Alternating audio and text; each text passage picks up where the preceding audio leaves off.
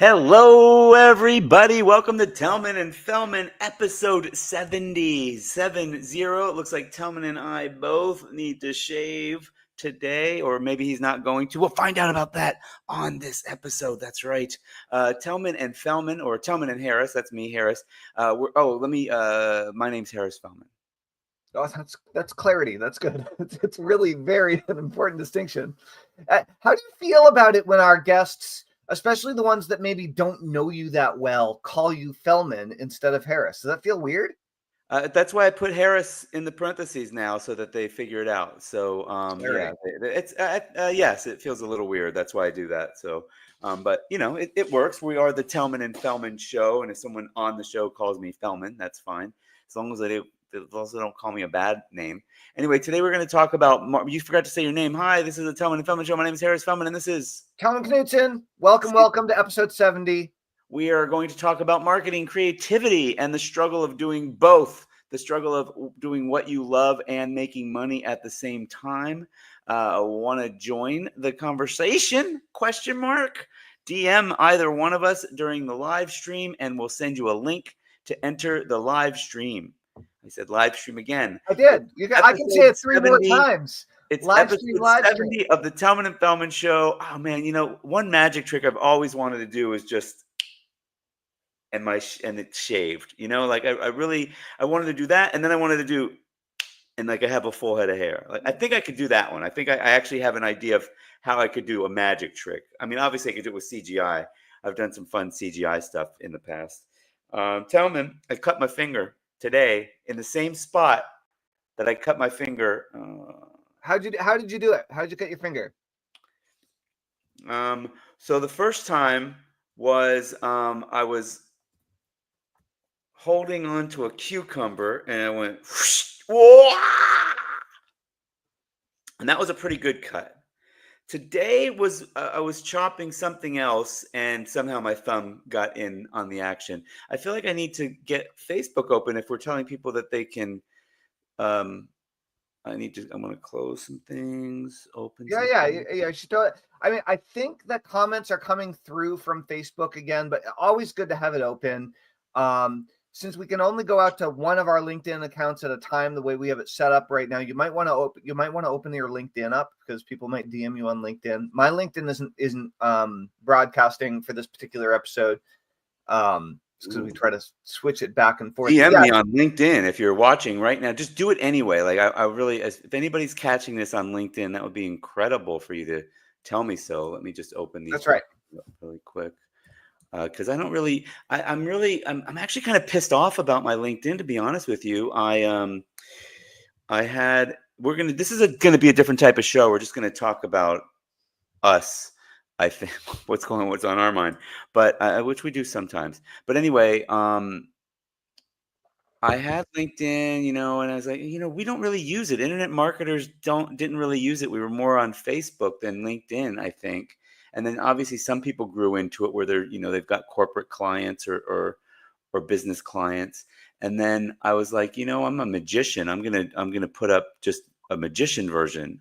But it was the same profile. So I changed all my digital marketer stuff over to magician. And then this year, I got advice from somebody because I was like, oh, I need to make money again. And they're like, well, let me see your LinkedIn. Oh, this needs to be digital marketer. And I changed it back.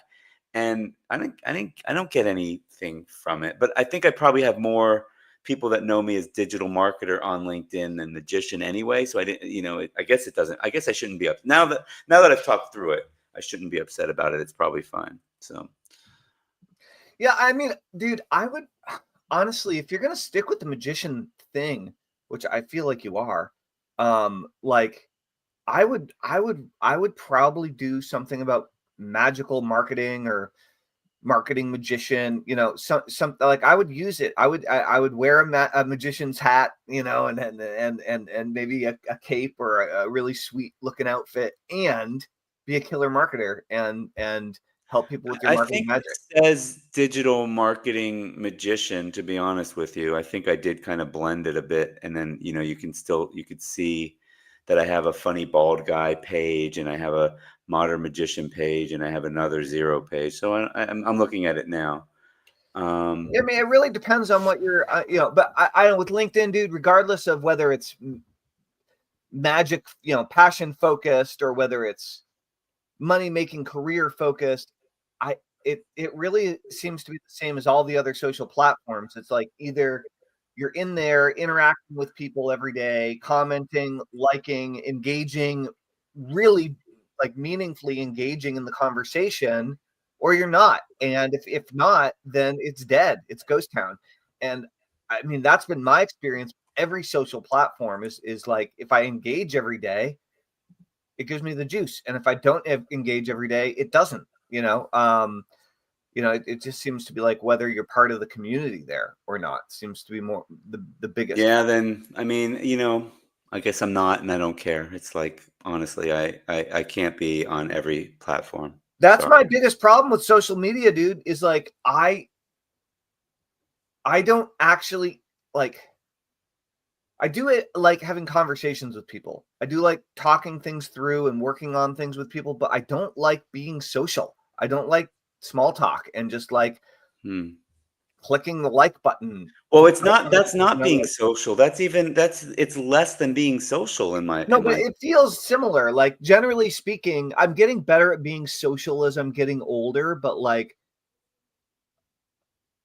if I'm going to a party, like I like to have an agenda. I feel like I want to be going to a conference trying to accomplish something, which is a little bit uptight, I guess.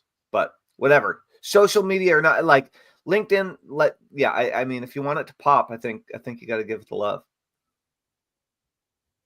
Yeah, yeah, for sure. Like I mean, my best social media. I think social media, like for I have my Instagram is just me magician, and when I put good content up consistently, I get business. To be honest with you, there's only so many hours in the day, and when I say good content, I mean I paid somebody to help me, you know, create videos and edit them and everything. Like they were, and she was pretty affordable, but it was, Doing magic. yeah, we did kind of sketches more. It was like magic themed sketches, so that kind of worked for my personality, and they were professionally shot and edited, and we came up with some ideas, and then we also still did. Well, no, because pulling stuff from stage, it's the point is to perform on stage. It's different than performing for a camera. So Right. I do that, and then but the some of my better content in that respect is the television stuff I've done, taking the stuff from television because it's meant for a camera, Right. and it's edited already for a camera. But then yeah, we did sketches. So when we were and I think it was just that ultimately Instagram was pushing me out more, and when somebody was looking, like literally, Britain's Got Talent probably typed in comedy magician UK, Right. Right. and they contacted me and say, what have you got? And I was like, well, here, I was on Spain's Got Talent. And they're like, oh, well, great. Do you have, can you give us that in English? And I was like, yep. you know thank you, Descript. Right. 30 minutes later, I'm like, here you go, subtitles, and away you go. And then they're like, okay, that's great, let's put you on the show. And I was like, okay. And then but not with that, and not with that, you need to change this. And I was like, okay. And then I wasn't, honestly, I was shortlisted. I was working with their creative team, and then, but anyway, that was because of Instagram. And then I didn't get on. So in the end, my the truth is that when you're at that super high professional of a level, you've got to be able to make the changes that they need pretty quickly Right. and Yeah. show Yeah. them that you've made those changes. Like Classic success loves speed. Right. Like, yep. yeah. And the truth is like the thing they wanted me to do was like this with this puppet that I did for the Spain's Got Talent, but I ended up using a different puppet, which it's an amazing story. It's too bad it's got to be used. It's the like so they, instead of being Barack Obama, I had a llama. They wanted a something else, and because it's the UK, and I came up with Simon Camel. I saw that the same puppet manufacturer had a camel rather than a llama. Little did I know it was out of manufacturing. There was no more being made. So I contacted the company, and they had one more in storage, and they gave it to me for free. They weren't even allowed to sell it to me. I told them I was going to be on BGT, so I basically I had I had Simon. I still have it, Simon Camel. It's never seen the light of day, and so it is something that I do want to do. What I like about it is that I've realized is that it's a marquee performance. It's a marquee routine, and what I mean by that is like when a corporate client or when somebody calls me for maybe a job and they say, and I talk to them about it, oh, what do you do? Well, other than obviously sending them, say, hey, you can go take a look at what I do on video, and you get an idea of my type of comedy. And I lean more on comedy than magic, but it's still magic in the end. If you're able to say without even visualizing, if you can say, and I do an act with a mind reading llama, they get a visual of that in their head and like, oh, that'd be funny. They don't care if it's a puppet or a real llama or whatever yet. That's just like, oh, that's a funny act versus like, I can make a table float, which is an amazing magic trick, but who gives a shit? You're going to make you know what I mean? It's not, Right. it doesn't, it's not as interesting in your head. So I probably should bring that back. Anyway, so what do we want to talk about? Well, I mean, in our 75 hard messenger group, so I just got back from Disney World. I just got back from Florida. I took a family trip to celebrate my dad's 80th birthday and Thanksgiving. And my larger extended family, I don't have a huge family, but we don't get together regularly. I have family in Florida. I have cousins in Florida that I would go see every few years, and every few years they'd come up and see me. But we probably, growing up, saw each other like less than a dozen times. You know what I mean? It's not like we saw each other all the time. And so saw them, and my sister lives in Florida now with her family, which is great. So I saw my niece and my nephew and my brother-in-law, who are all awesome. My mom lives in Florida, so I saw her for a few days. So that was cool. And then my dad came down from New Hampshire and traveled with us. But we had a 13-person Thanksgiving in a resort in Disney World, which was kind of bananas. And we apparently walked 11 miles in Disney on one day. Yeah, that'll happen. And it was wild. It was definitely like by far the best family vacation that I'm not a big vacationer. I don't really do vacations unless it's a work vacation or a destination for like something that I'm working toward. I don't normally take a week off just to do a relaxing vacation and chill. It's not really my style. But I did. I chilled for quite a few days and enjoyed myself. It was really good. But while we were and we can talk about Disney more, but while we were there, I saw you in our 75 Hard group wrote about that you're reading The Artist Way as your book right now, which I remember, I think, picking up either while I was in college or shortly thereafter. And you said you had some pretty strong emotional reactions to it, and I'm wondering like what's going on. Because today we're here to talk about marketing and creativity, and so The Artist Way seems like a good entry point. Well, I'm only reading so for 75 Hard, I'm only reading creativity related books, as it were. The first one was I reread War of Art probably for the fourth or fifth time, which is good for really good for entrepreneurs, especially at any stage, I suppose. But it's really really straight to the point of like whenever you're going after something, resistance is gonna rear its ugly head, and it's got a lot of forms.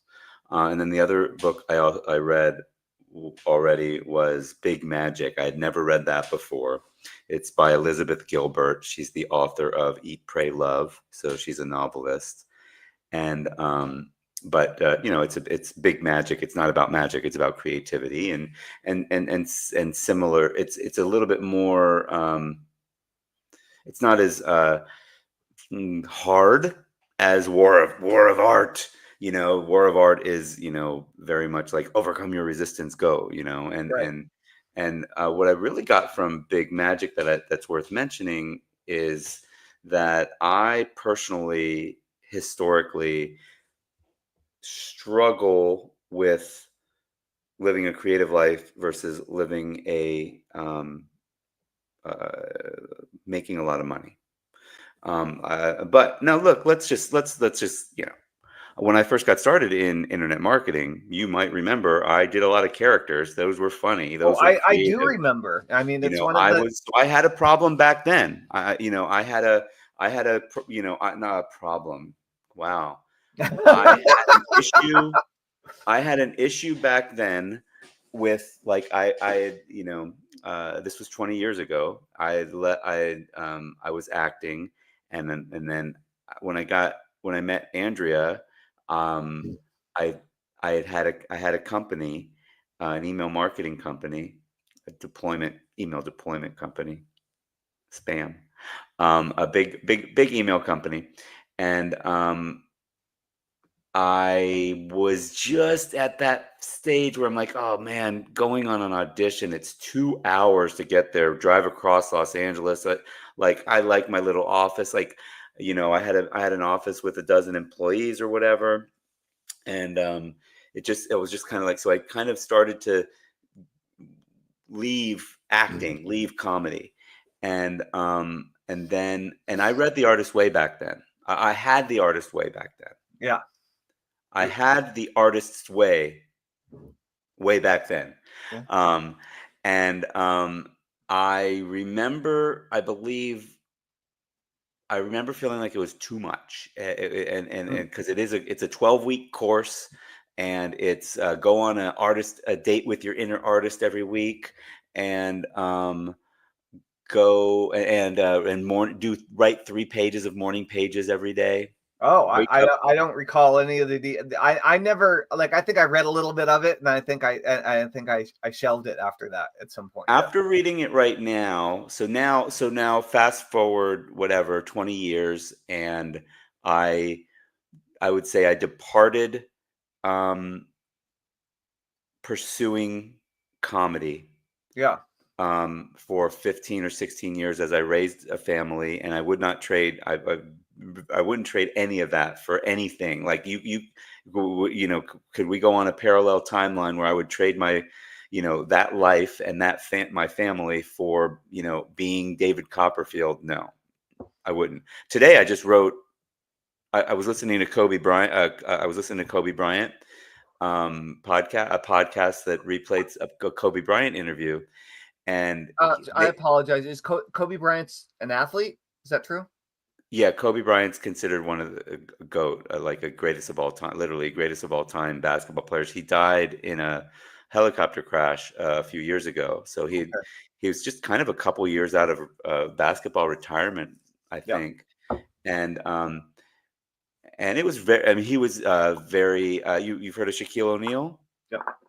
So 18-year-old kid, first year on the LA Lakers, and Shaquille O'Neal wasn't working hard enough for him, and he made him know it. Like they got in a fist fight. This like scrawny 6'4" scrawny guy like got in a fist fight with Shaquille O'Neal over work ethic and whatever. But anyway, the point is that the part of the interview he said he was just talking about I'm going to be the greatest. Like when I got to the NBA, everything changed because I saw that people were like, now that you're doing basketball to make the money. They're making the money. They're relaxed. They want to make sure they have time with their family. They want to make sure they this, that, So he's like, I can outwork everybody.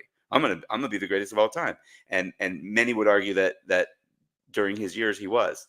And they said, well, so what about your personal relationships when you got into the NBA? Right. And he said, oh, they're going to struggle. Oh, they struggle. But people know me, and they're basically they know what I'm in for. And I mean, it was, he did seem to have a good relationship with his kids when he was home. He was, and with his wife, but that was kind of it. And I wrote today, I had the thought, like, if being the greatest of all time requires requires all of my personal relationships to suffer, then I'd rather just be great. Like that's like, and that's a, that's a definite mentality that I personally have. Right. And I'm okay with that. Trying to find that balance. Well, I mean, it is tricky, right? Like being the greatest of all time inevitably means putting all, or at least the vast majority of your focus on yourself and your own little damaged ego that you're trying to prove to whoever, whether it's yourself or somebody else. And if all you're doing is focusing on yourself all the time, like your relationships are they're going to go to shit. There's no way that you can just be completely, obsessively self-centered and really deeply, genuinely on a day-to-day basis be focused on caring for and nurturing the important, family relationships, spouse, children, friends, business partners, employees, team members. It's so easy for leaders when they've achieved success, like speaking from experience, to get so full of themselves because they think they're awesome. They think they're the shit. And then Right. nobody else actually thinks that when you're feeling that way, Exactly. you know. Speaking of people that I care about. That's right. Hi, McKenna. Can't see you. She has a headset on. All right. Yeah. So you said, but you were reading okay. You're reading The Artist's Way right now. So the next book that I read after Big Magic started reading was The Artist's Way. Yeah.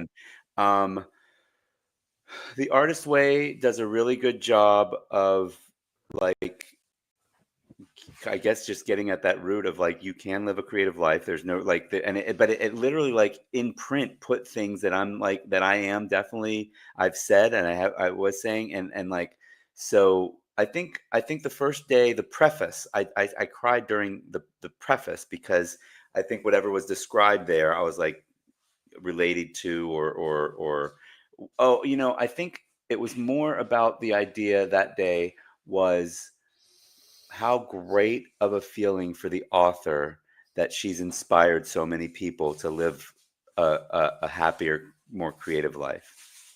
And then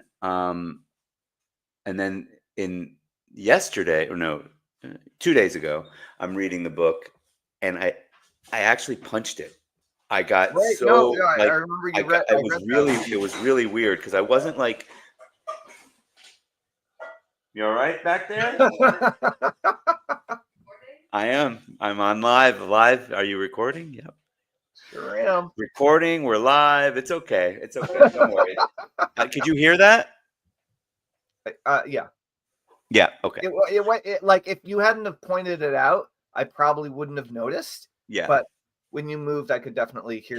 Girl's got to eat. So there's the kitchen. She's homesick today. So there we go. I know I wanted to blur the kitchen out, but now it just doesn't matter anyway, right? That's right.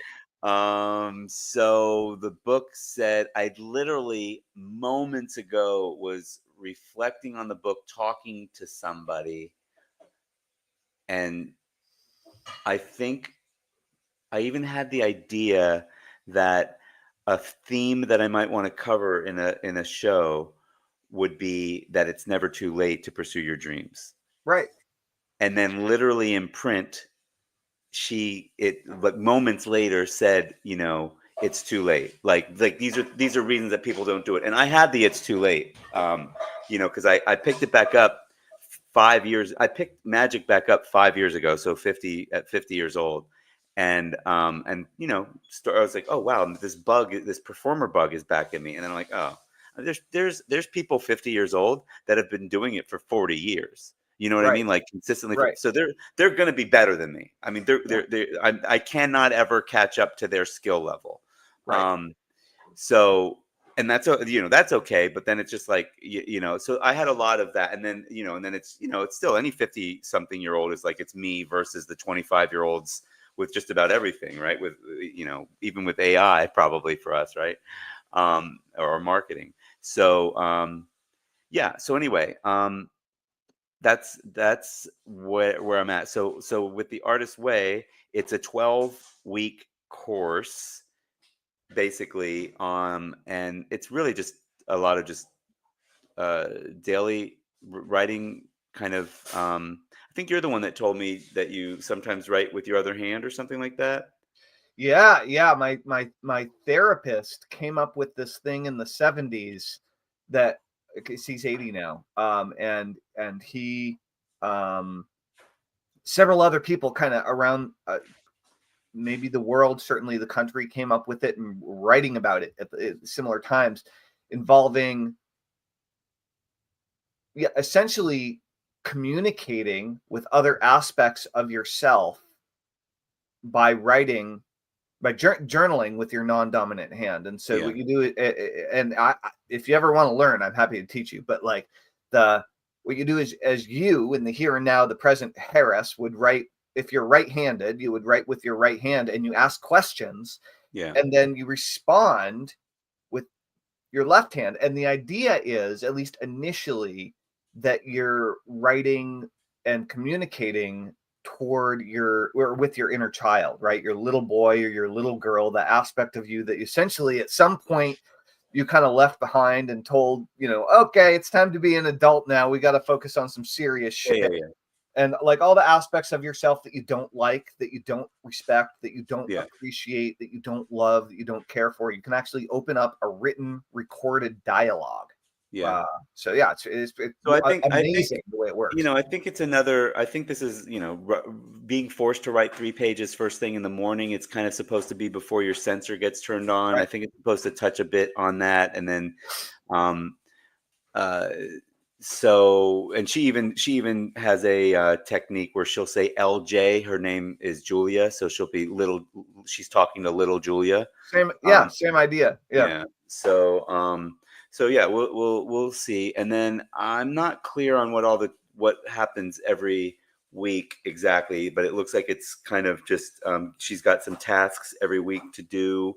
And I think it's just mostly like thinking and getting tuned, less thinking maybe, getting tuned into your artist brain, as she calls it. So I'm gonna do that, which means I also have to get another book, because each week I only need to read about 10 to 20 pages and do more. So I'm gonna add that in. But So you're taking the course. You're not just reading the book, but it's a book course, right? I'm gonna do it. So and I think 25 years ago when I read it, I think I got to the page that I'm on right now, and it actually has you like sign a contract with yourself that you're gonna do it all. And I have a Oh, go ahead. I have a feeling that I think 20 something years ago, I was like, I'm not signing that contract. Like, I'm not going to do the course. I'm not willing to commit to that or whatever. Yeah. As you're talking about it, it's really pretty interesting, because The Artist's Way is a book, and it was a book that was written over 20 years ago, right? I don't know. Yeah, 1992. So Oh, 30. okay. So not super old, No, but but like old enough, it is the best-selling book of all time in its category, and that's including War of Art. That's including other. But here's what's popping into my mind, dude. Because so you and I have both spent a great deal of the last year kind of diving in and studying Alan Sultanic's automatic clients model, and we've launched an automatic clients funnel and created a bunch of products for it, and created, like working on front end, the back end, the continuity, like all the stuff. But as you're talking, what I'm struck with is the book, The Artist's Way, is the course. It's a 12-week course, and it's presented in the book. Incredibly valuable, right? Talk about like nothing held back, right? But the book is not just an informational. It's not just talking about the information. It's actually a course. Now, The Artist's Way probably cost you $20. Did you buy the physical book, or did you buy the digital book? $10. Physical. Okay, was that a test? Was that a 75 hard test? I got to buy a paper book. Do you? Yeah. Is it paper? I've only done paper, but I didn't realize it was paper only. I thought you could read ebooks. Yeah. No? Okay, well, whatever. I Anyway, mean, I would argue that like a Kindle is close enough, probably. But yeah, that's it. Like as long as you're I not think like you definitely have to read and not do audio. But I think right. paper. I think paper was also a requirement. Okay, I don't recall that, but maybe. Either way, no, it wasn't a test. The point is that like would you spend $100 to $200 on a video course called The Artist Way as an upsell if it was presented? Like a lot of people would. I know I would, I right? mean, Like, something. It might not be that might not be the upsell for it that would work. But you know, she does classes. She does retreats. She's been doing this. She talks about it in the book. Tellman. well, here. So what I'm She saying started with, is, by the way, she started with a small group of people before the book, I think, and working with people, and then cool. did the book, and then still does workshops, courses, whatever, like in person. So she does have that back end. Awesome. So even better, right? So the point is that like you could easily, quote unquote, write a book that is your complete course for whatever topic it is you're working on. That literally is the complete course. Not kind of has all the information, but literally is the complete course. You absolutely could have a video version of that as an upsell, and you absolutely could have a back end 12-week, $5,000 to $10,000 high ticket virtual interactive group coaching program on the back end. Like all of the pieces are there just because the course was created in the first place in book form, right? And so it's just like that model is so easy to scale up and scale down I'm if not sure. You know what? I'm not sure if 5 to 10,000 is a reality in every market. it's not. It's Okay. not. It's not a reality in every market. Some markets are much higher, some markets are smaller, but having a significantly higher priced, higher touch, one or multiple other, maybe the $5,000 to $10,000 is a weekend or a week long workshop. Maybe the $10,000 version is you working individually with somebody once a week, for 10 weeks or Right. I something. mean, especially when you're talking about Whatever. creativity, you're not going to have Yeah. a done for you version. I'm No, not. no, you're not going to have it done. But what you are going to have, or you can have, is individual and group accountability to actually get together and spend the time working on the thing. Right.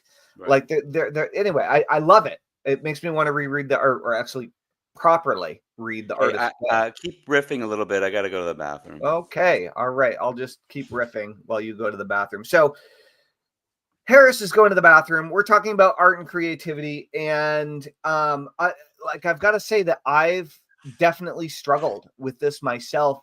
I'd say the entirety of my entrepreneurial career. I really like coming up with new ideas and implementing them quickly and seeing if they have a heartbeat, seeing how they do. And at the same time, there have been times when I'm much more in touch with my creative, inspired self and much more out of touch with that. And I find that it's more and more, I find that it's more about how it's kind of like it's more about how you're doing something versus what you're doing.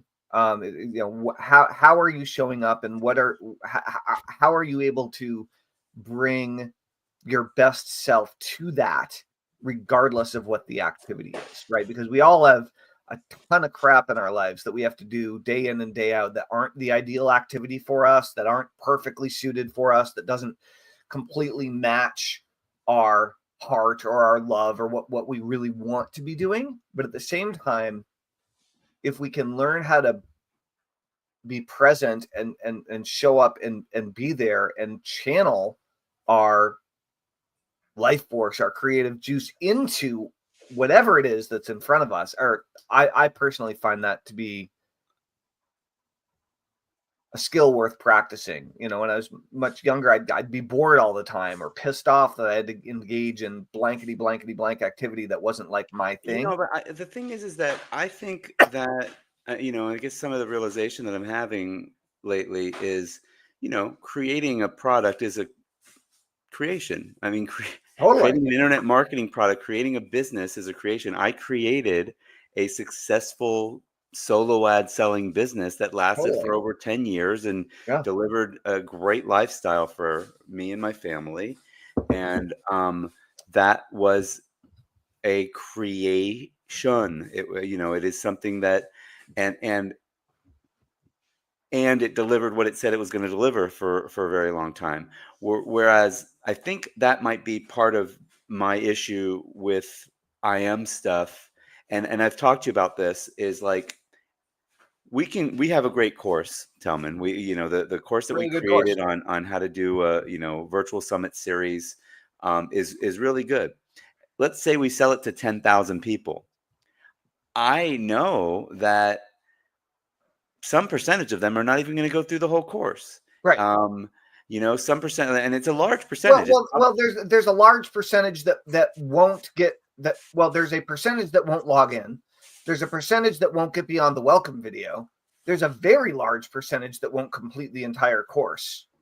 And so then there's the largest percentage won't even put it into action. And I think I personally, I guess I personally like. I think there's something in me that's had a problem with that historically, and Oh, dude, yeah, that issue that you're bringing up right now has been an enormous sense, has for me has created an enormous sense of frustration, irritation,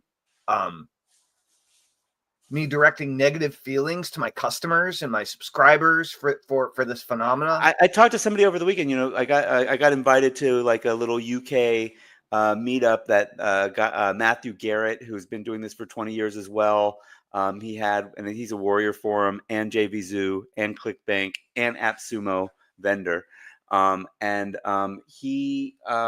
Wait, what were we just talking about?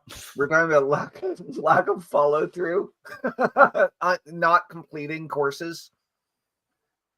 No, okay. So I was going to get together. It wasn't him. It wasn't him that frustration. said this. There was another vendor who has an evergreen product on Warrior Plus, meaning he's not one of these people that does a launch every 2 weeks. And by the way, that's a real number. There's people that do a new product every 2 weeks, and they're like literally taking some of the old stuff and just putting a new face on it and whatever. So like, this is one of the topics of conversation. And this guy has a good evergreen product, and he's never gotten deal of the day. Deal of the day is a big deal with Warrior because they send it to all of their customers, however many tens of thousands of customers, and it's a big hit for the day. And he's never gotten it. And this is something that it's an oversight in the algorithm. Essentially, it's like because we're probably looking at what's going on now, and this slow and steady wins the race guy doesn't do it. But I said, well, how's your refund rate? How's your chargeback rate? He says, I think it's fine, but I do get some disputes because I have on my upsell, I have a no refund policy. No.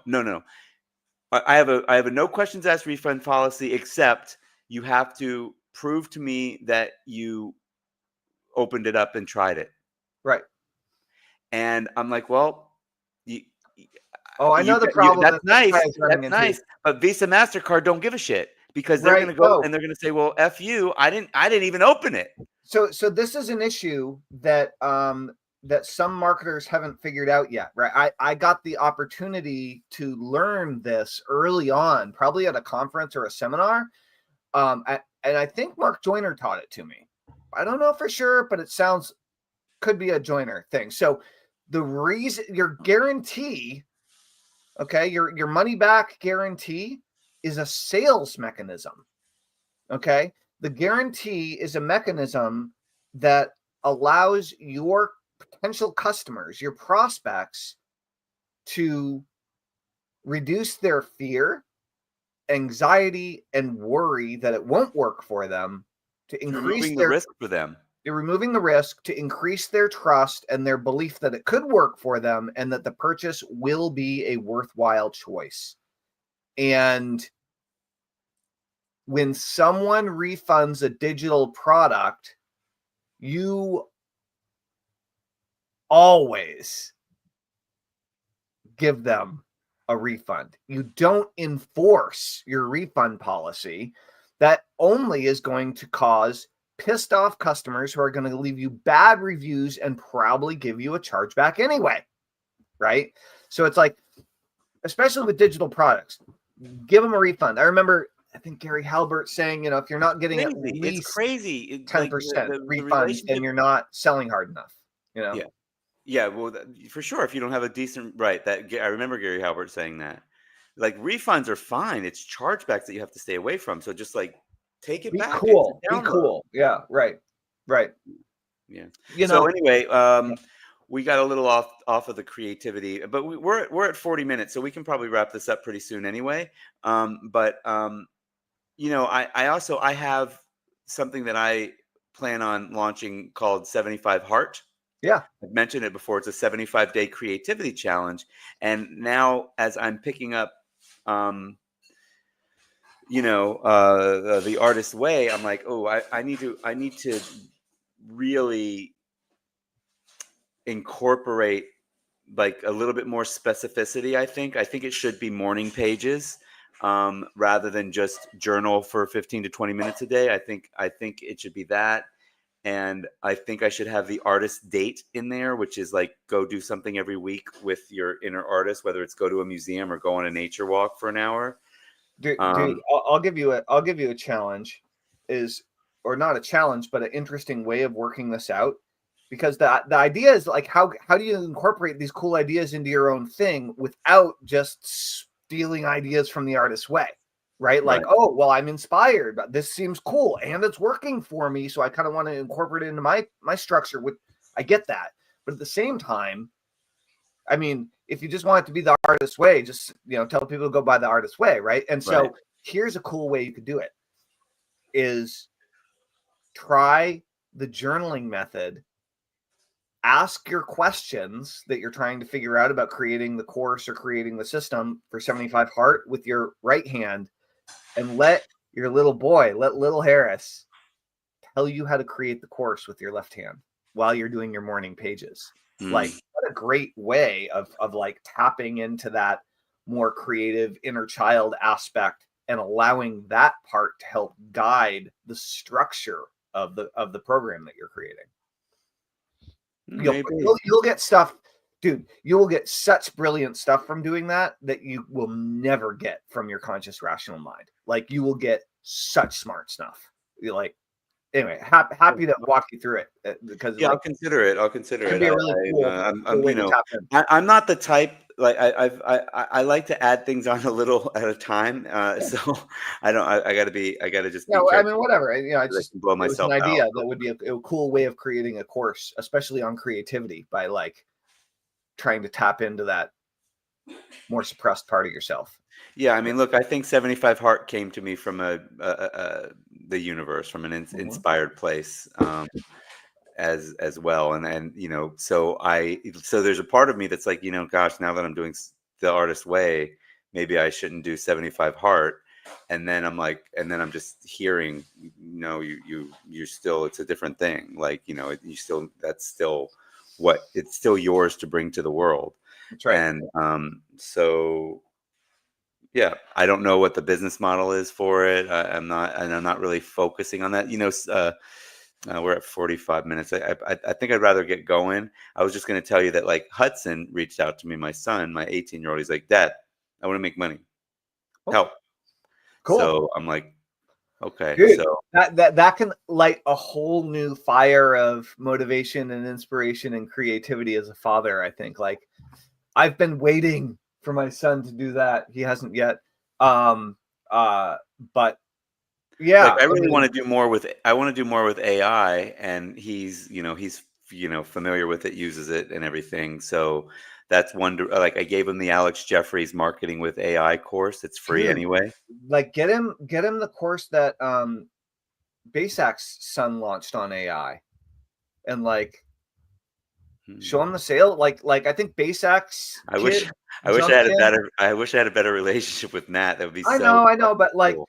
but like jump in and like it's probably a $37 course or something. Like, I mean, if you're, if Hudson's interested, but like, I think Matt Basek's son made like 47 grand or something like with this launch that they just did a month or two ago. um and it was AI driven. It seems like it might teach your son something, and it might serve as an inspiration in the process. And it's on Warrior Plus, so Yeah, all right, well, awesome. but yeah, That's so cool. I've given him that one, and I'm considering giving him Johnny Andrews' Faceless Business Empire, because I think I'm going to apply Faceless Business Empire to the creativity, personal development world, and that might be my business related to 75 Heart. And then, but I still like. I just want to. I just want to do a magic show. Like, I mean, I have some specific ideas about that now. Of I want to do my kind of goofy comedy magic, but Yeah. with a bit of a personal development theme. Magicians do that. Magicians do incorporate like that, but I have a different idea of doing it. But I also want to fumble it, as I'm doing it. I don't want to take it all Yeah. so Yeah. seriously. Like, are you familiar with the book The Alchemist? Oh yeah. I So mean, you have again, like I read The Alchemist and looked at The Artist's Way. I saw you were getting the Celestine Prophecy. I was into that stuff in my like late teens and early 20s. I never got the Celestine Prophecy. It seemed a little too heady or something. Like it I, seemed I read too that I read that while I was volunteering and doing dishes at the Omega Institute one summer in between okay. college. Yeah. So the thing I like about The Alchemist, and then there's been like there's an author named Og Mandino who Oh I yeah, yeah, the greatest salesman in the world. greatest salesman in the world. So both of those books I consider like fiction, but with personal development messaging, right? Well, It all it is personal development messaging. I but mean, it is fiction. There are stories, but like really right, well written right. stories. It's a fable using personal development. Right. So I want to do a magic show that's that. You know what I mean? That's basically like the magic is not real, but we're talking about things within it that are. Well, So like, so what yeah, I mean, you've probably already thought of this and done some stuff with it, but what pops into my mind is both on the magic side and the marketing side is like I guess one of the common threads is money. And so like if you're first of all, everybody that you're performing for has something going on in their life with money in one way, shape, or form. If you're putting magic tricks in front of entrepreneurs, money's often a central topic that everybody's interested in, right? For obvious reasons. If you're talking about doing marketing magic to make money, there's a connection there. So it might not all be focused on money, but having some magic tricks that are money oriented yeah, I really need more. really It's could so bridge weird. the Like gap, rather when I than like first cards, maybe like a stack of bills or something. I don't know. Well, when I first got into magic, I thought I'd be doing a lot more money and coin tricks. I guess I mean, and it just ended up falling on doing more card tricks. So there's just and there's just the thing is that a deck of cards is like a perfect magic prop. That's Right. part of the Right. the issue with it. But I do have some coin tricks, and I do know and have some, cash bill tricks, but it's a little easier with paper in the US, and all the bills are the same size, so it's a Right. little easier to change a dollar into 100 Right. than here to change a 5 into 100 because it's Yeah. like a different size. But anyway, I'm sure there's methods of doing that.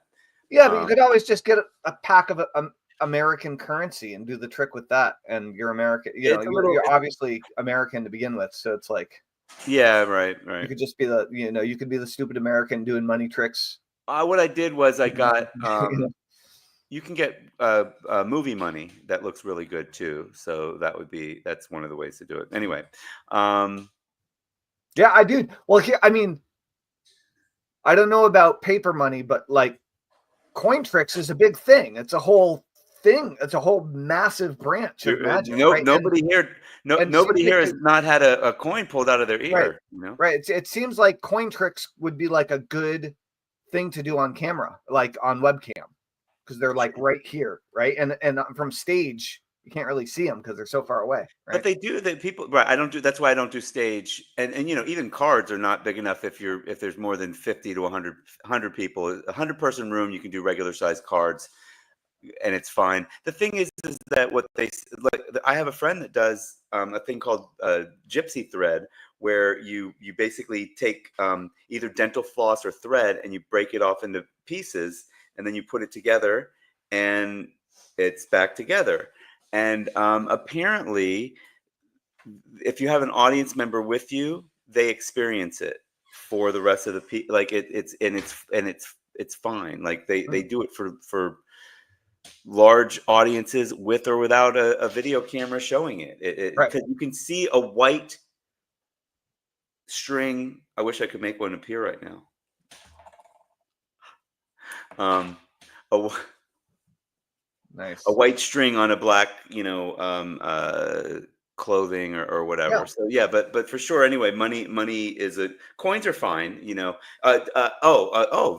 Another coin trick is you've got like a metal bucket, and you're just grabbing coins, and you hear them ting ting ting. You hear them going in. So and you'll have an audience member, and you'll pick it off of their ear and make one drop out, and it's just so it's audio, and that actually works for the whole room, and it's quite amazing because they'll put like 100 coins in there. Yeah. So yeah, a bunch of things are coming into mind. First, like coin magic, it does bridge the gap into the marketing and make money world. And But I never said I'm trying to bridge the gap into the marketing world, though. well, I mean, you've done a few magic tricks on the Tellman and Fellman show. I have, yeah, absolutely. I have. And we were talking about LinkedIn, right? And like switching it from Yeah. magician That's to fine. I'm just saying, marketer and like I want to my show. I want more for general audiences, and then but there, I do see a track where that would like some of that should go into companies, not necessarily. I like. Do any of these events that you've been to? Do they ever hire a magician? Not really. So I mean, I remember so many marketing seminars yeah. where they absolutely hired a hypnotist or a magician. Oh, okay. I And don't remember so going to any. like maybe we should team up and we should do a dual show. Yeah. But like seriously, I remember Have you done stage hypnosis? not for comedy, but I've like I at one like one I've done stage hypnosis several times. I know how to speak and sell from stage. Okay, you know what I mean. I'm not like the most amazing closer, but I trained with John Childers, and I also did a big training with David Van Hoos, and like I took a bunch of courses and blah blah blah, and oh, that reminds. I think you had like a funny Facebook post a bunch of years ago that I saw a memory of where you were not impressed with Dave Van Hoos. Anyway, whatever. The point is, that at one point I was the MC for ClickBank's annual event in Vegas. And I hypnotized over 1,500 entrepreneurs live from stage. I did a money mindset session that was about 10, 15 minutes long. I hypnotized the entire audience and people loved it. So yeah, that's totally a thing. Like like as far as like entertainment and bonding and connecting, you could totally be a hired magician and perform and or MC in between. Yeah, I love emceeing as well, and then just you have I mean, I even have a course on magical hosting or whatever. Well, dude, do you know Devon? Yeah, of course. Devon Brown. Devon, I think his whole business, like he's been an MC forever, and I think he launched I don't know if you would call it an agency, but an agency or a network attached to his business. I think he's calling it an agency. I've reached out to him a couple times. He's impossible to get him. Yeah, he's going full force all the time. But we actually should get him on the show, I think. Anyway, dude, I know it's time to wrap. A couple things. One is back to Hudson. is that what sparked in my mind is that reach out to Yannick first of all, because he's done and Yannick said he'd be down for an interview in January. By the way, we should get that on the books. But Yannick has done a lot of work with Mavericks with young entrepreneurs. He's brought people together for masterminds. He's brought several different groups of people together for the purpose of supporting and fanning the flame on young entrepreneurs. And when you said that earlier, I was like, wow, maybe we need a community or a course or a program or something where a bunch of entrepreneurs that are roughly our age who have kids that are probably going to become entrepreneurs at some point. Like, is there a way that we could get together as a community and create something that is like an incubator for essentially for our kids, right? Like some sort of an entrepreneurial incubator where there's a dozen or so really smart entrepreneurs and marketers who all want to help each other and help each other's families and kids, but maybe our kids aren't going to listen to us as individuals as much as they would to our friends, you know. Well, but I don't know. I don't have the answers. I'm trying to guide Hudson, but I'm also saying, like, I've actually been pretty good over the years of like people that have worked with me. Like, you know, my wife was not into internet marketing when I met her, and Right. I pulled her in when I did this Twitter product, and she went off on her own and did.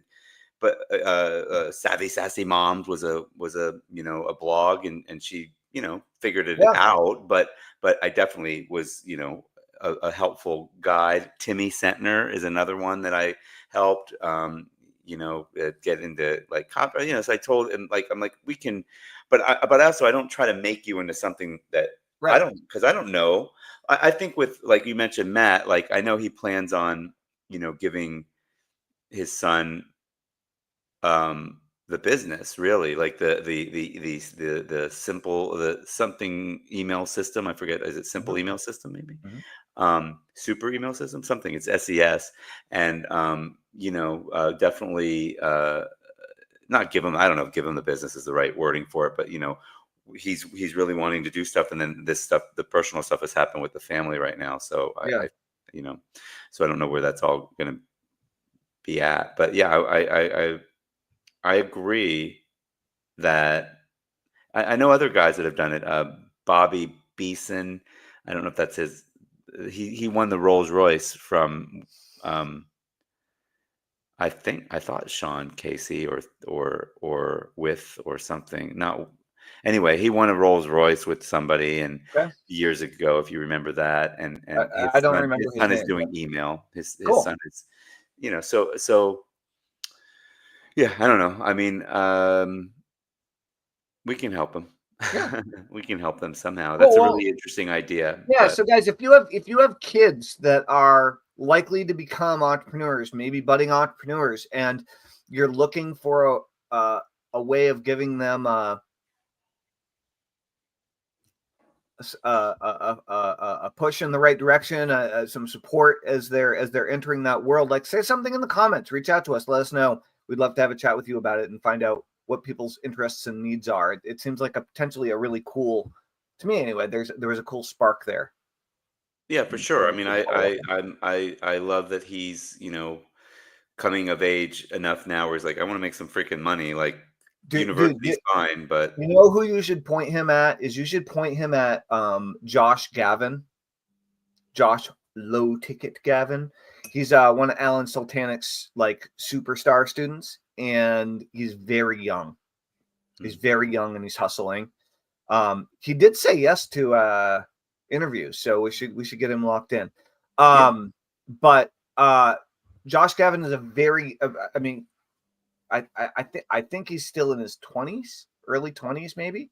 And so Hudson might dig him. I don't know. I was thinking we're gonna have to start a Discord group if we're gonna get our kids involved, because I don't think they're gonna be on Facebook.